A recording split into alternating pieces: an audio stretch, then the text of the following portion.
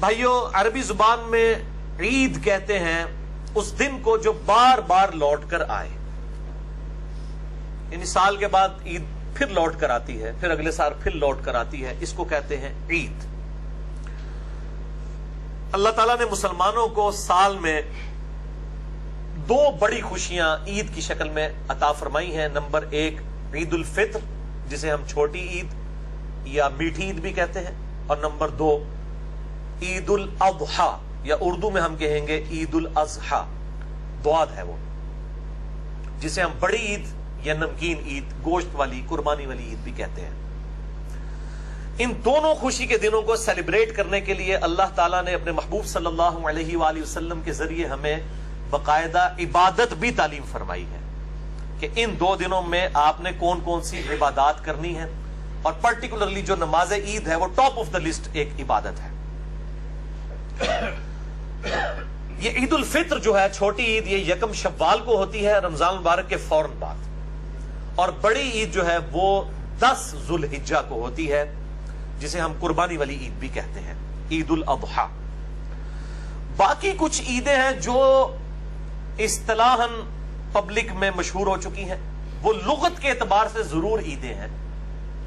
اصطلاحاً مسلمانوں کی عیدیں دو ہی ہیں، عید الفطر اور عید الاضحیٰ، لیکن جو لغت کے اعتبار سے عید ہے، جس کو پروٹوکول میں عید کہا گیا، وہ جمعے کا دن بھی عید ہے۔ بخاری مسلم میں کئی حدیث موجود ہیں، وہ 52 عیدیں وہ بھی بن جاتی ہیں، 52 جمعے سال کے اندر آتے ہیں۔ اسی طریقے سے بعض لوگ ربیع الاول کی جو 12 تاریخ ہے اس کو عید میلاد النبی لغت کے اعتبار سے کہتے ہیں۔ اگر وہ کسی دوسرے مسلمان کی تکفیر نہ کریں، اس پہ گستاخ رسول کا فتویٰ نہ لگائیں، اور یہ شعر نہ پڑھیں کہ نثار تیری چہل پہل پر ہزاروں عیدیں اے ربیع الاول، سوائے ابلیس کے جہاں میں سبھی تو خوشیاں منا رہے ہیں۔ ویسے وہ کہتے ہیں جناب کہ ہم جو عید میلاد النبی کو نہیں مناتا، ہم اس پہ کوئی فتویٰ نہیں لگاتے، ہم تو اسے مستحب سمجھتے ہیں۔ بھئی یہ مفتی احمد یار خان نعیمی صاحب جو روحانی ابا جی ہیں تمام بریلویوں کے، اور احمد بریلوی صاحب کے یہ روحانی پوتا جی ہیں، کیونکہ احمد بریلوی صاحب کے شاگرد تھے مفتی نعیم الدین مراد آبادی، ان کے شاگرد ہیں مفتی احمد یار خان نعیمی۔ یہ نعیمی وہ نعیم الدین مراد آبادی کی وجہ سے لکھتے ہیں۔ تو نعیم الدین مراد آبادی کے شاگرد یہ گجرات شہر ہمارے قریب ہی ہے، تقریباً 40 منٹ کی ڈرائیو، جنہوں نے ایک کتاب لکھی جال حق، اس میں انہوں نے باقاعدہ جو ہے وہ مذاق اڑایا، اور یہ شعر ان کا ہے اپنا لکھا ہوا، نثار تیری چہل پہل پر ہزاروں عیدیں ہیں ربیع الاول، سوائے ابلیس کے جہاں میں سبھی تو خوشیاں منا رہے ہیں۔ ویسے کہتے ہیں مستحب ہے، اور وہ کہتے ہیں جو نہیں منا رہے وہ سارے ابلیس ہیں۔ جب ہم ان کو ابلیس کہہ دیں، شیاطین کہہ دیں حدیث کی مخالفت کے اوپر، یہ تو بغیر دلیل کے ہمیں کہہ رہے ہیں نا، مستحب کام کے اوپر، تو ان کو برا لگتا ہے۔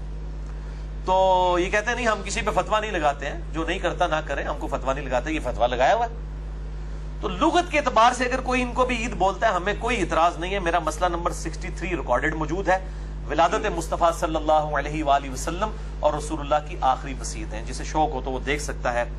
جمعے کے اوپر عید کا لفظ بولنا، اسی طریقے سے 10 محرم کے اوپر عید کا حضرت موسیٰ علیہ السلام کی نسبت سے۔ ویسے تو پریکٹیکلی اس وقت تو ہمارے لیے وہ ایک غم کا دن ہی بن چکا ہے، سیدنا حسین رضی اللہ تعالیٰ عنہ علیہ السلام کی مظلومانہ شہادت کی وجہ سے۔ اور اسی طریقے سے جمعے کے لیے کوئی عید کا لفظ بولتا ہے لغت کے اعتبار سے، تو ہمیں کوئی اعتراض نہیں اس کے اوپر۔ باقی مسئلہ 63 دیکھ لیں۔ اسی طریقے سے عید الاضحیٰ جو بڑی عید، قربانی کی عید، اور قربانی سے ریلیٹڈ احکام و مسائل کے اوپر میں آلریڈی لیکچر ریکارڈ کروا چکا ہوں، مسئلہ نمبر 52 اہل سنت پاک.com پر، جس میں قرآن حکیم کی آیات سے اور درجنوں صحیح الاسناد احادیث کی روشنی میں میں نے جو قربانی کی اہمیت، اس کا فلسفہ، اور 17 صحیح فقہی احکام و مسائل میں نے بیان کیے تھے۔